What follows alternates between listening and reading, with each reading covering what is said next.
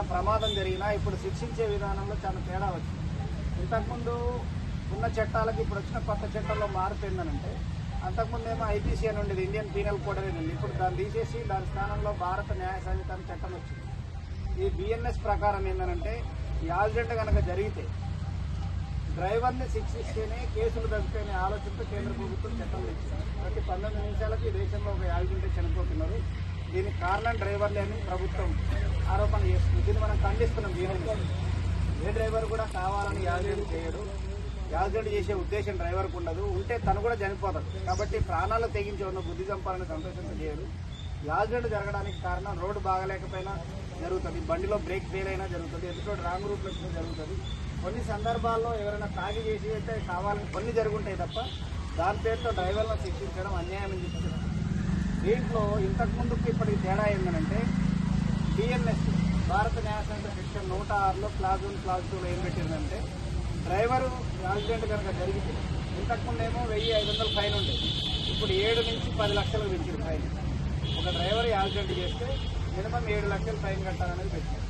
ఒక డ్రైవరు 7 లక్షలు 10 లక్షలు కట్టగలిగే ఉంటే డ్రైవర్ ఎందుకు చేస్తారు?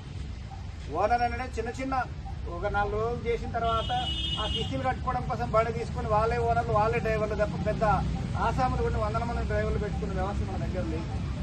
కాబట్టి ఇట్లా డ్రైవర్లను శిక్షించాలనే ఆలోచన సరైనది కాదు. ప్రభుత్వం అది మార్చాలని చెప్పి మనం డిమాండ్ చేస్తాం.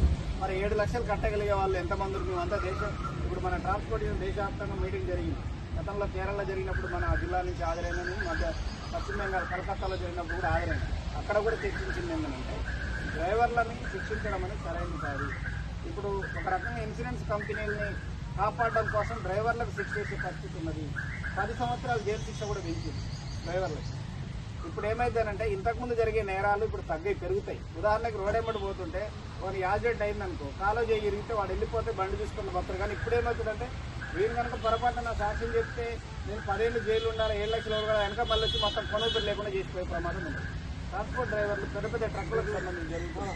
అట్లాంటి ప్రమాదాన్ని, నేరాన్ని ప్రేరేపించేటట్టుగా ఉన్నది తప్ప నేరాన్ని తగ్గించేటట్టుగా ఇది సరైనది కాదు అనేది మనం చెప్తా ఉన్నాం. రెండోది మనం అడుగుతుంది ఏంటంటే, ఇప్పుడు చాలా మంది ఉన్నారు. ఇప్పుడు కొత్త కంపెనీ ఎన్నికైనా 30 ఏళ్ళ నుంచి 40 ఏళ్ళ నుంచి ఫీల్డ్లో ఉన్న వాళ్ళు ఉన్నారు. ఇప్పుడు రేపు చేతగానప్పుడు 60 ఏళ్ళు 65 ఏళ్ళు దాటిపోయిన తర్వాత ఎట్లా బతకాలి అనేది ప్రభుత్వం నుంచి పైసా సహాయం లేదు. మనమేమంటున్నామంటే, రాజకీయాలు ఎవరైనా ఉన్నది అధికారం, కానీ ట్రాన్స్పోర్ట్ కార్మికులకి క్షణంలో గాలిలో కలిసే ప్రాణాలు రిస్క్ అయినా చేస్తున్నారు.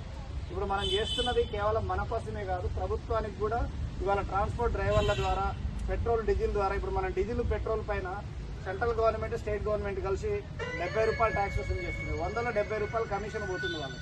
ఆ ట్యాక్స్ మనం కడుతున్నాం. దానికి జీఎస్టీ లేదు.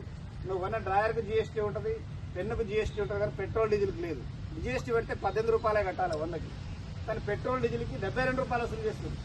సెంట్రల్ గవర్నమెంట్ 36 రూపాయలు వసూలు చేస్తుంది, స్టేట్ గవర్నమెంట్ 36 రూపాయలు వసూలు చేస్తుంది. మరి మన రక్తాన్ని జలగల్లాగా పీలుస్తున్నారు. ఎవరి అధికారం అనేది కంటిన్యూ అవుతున్నారు. అట్లా మనం ట్యాక్సీలు కడుతున్నాం. రేపు 60 ఏళ్ళు 70 ఏళ్ళు అయిన తర్వాత చేతగానప్పుడు ఒక వెల్ఫేర్ బోర్డు ఉండాలి. కనీసం ప్రతి డ్రైవర్కి, అది ఏ రంగంలో పనిచేసిన డ్రైవర్ అనే వాళ్ళకి నెలకు ఒక 12,000 పెన్షన్ ఇవ్వాలని చెప్పి మనం డిమాండ్ చేస్తూ ఉన్నాం. మనకు అనిపిస్తుంది గవర్నమెంట్ ఎడదెక్కిస్తుంది. గవర్నమెంట్ ఎవరికెళ్ళి ఏమి ఇవ్వనది.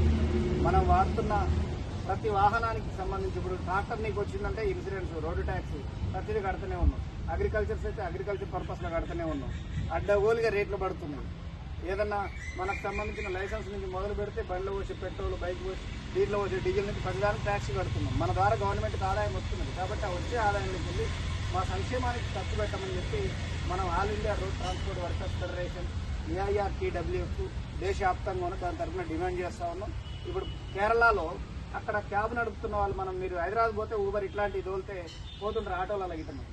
ఇప్పుడు ఆ ఊబర్ సంస్థ బాగుపడుతుంది తప్ప తోలే డ్రైవర్కి ఉపయోగం లేదు. వానికి ప్రతి 100 రూపాయలకు 30 రూపాయలు కమిషన్ ఇవ్వాలి.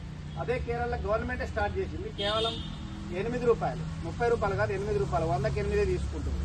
వాస్తవంగా 5 రూపాయల్లో నిర్వహణ చేయొచ్చు. అట్లాంటి యాప్ను కూడా గవర్నమెంట్ తెచ్చి డ్రైవర్లకు, ఇతర ఆటోలు కానీ కారు నడిపే వాళ్ళకు కూడా ప్రభుత్వం బాధ్యత తీసుకొని అడుగుతున్నాం. ముఖ్యంగా మన దగ్గర పనిచేస్తున్న ఇప్పుడు ట్రాక్టర్లు కానీ, తర్వాత లారీ డ్రైవర్లకు సంబంధించి కానీ, గ్రామీణ ప్రాంతంలో ఇలా వ్యవసాయ రంగానికి ట్రాక్టర్ లేకపోతే ఇలా వ్యవసాయం లేదు. ఈ దేశానికి వెన్నెముక రైతు. ఆ రైతు వ్యవసాయం చేస్తున్నట్టే పాతకాలం లాగా నాగళ్ళు పెట్టి దున్నే పరిస్థితి లేదు. అన్ని ట్రాక్టర్లు వచ్చినాయి. మరి ట్రాక్టర్లు గ్రామీణ వ్యవసాయం జరుగుతుందంటే వాళ్ళ ట్రాక్టర్ల వల్ల. రావణపేటలో ఉన్న ఈ 58 మంది ట్రాక్టర్ డ్రైవర్లు ఇక్కడ వ్యవసాయం చేయడంలో భాగస్వామ్యం అవుతున్నారు. ప్రభుత్వం చేయలేని పని డ్రైవర్లుగా సొంత డబ్బులు పెట్టుకుని కొనుక్కొని మనం చేస్తున్నాం. ప్రభుత్వానికి ఒక రకంగా రెవెన్యూ రావడానికి, ఆదాయం రావడానికి డ్రైవర్లుగా మన పాత్ర ఉన్నది. ఇంకా వ్యవసాయం సాగు కావడానికి డ్రైవర్ల పాత్ర ఉన్నది. మరి అందుకే డ్రైవర్ల వెల్ఫేర్ కోసం ప్రభుత్వం ఆలోచన చేయాలి. డ్రైవర్లకు సంబంధించి ట్రాక్టర్ తీసుకున్న సబ్సిడీ ఇవ్వాలి. అదే మనకు సబ్సిడీ మనం ఇబ్బంది పడుతుంది. పట్టణం ఇప్పుడు అదాన్ని వాడు వస్తున్నాడు, 1400 కోట్ల ప్రాజెక్ట్ అది. వాడు ఈజీగా సెంట్రల్ గవర్నమెంట్ వాడు సబ్సిడీ ఇస్తుంది, తీసుకుంటాడు. మన ట్రాక్టర్లు కొనాలి, సబ్సిడీ అడగాలంటే మనకి అడుగుతుంది గవర్నమెంట్. మన మనసులోనే అడగాలంటేనే ఆలోచన చేస్తున్నాం. కానీ 100 కోట్లు ఒక్కడికి పోతున్నాయి. మనం ఇంతమంది కుటుంబాలు బతుకుతున్న మనకి సబ్సిడీ అడగాలంటేనే మనం భయపడతాం.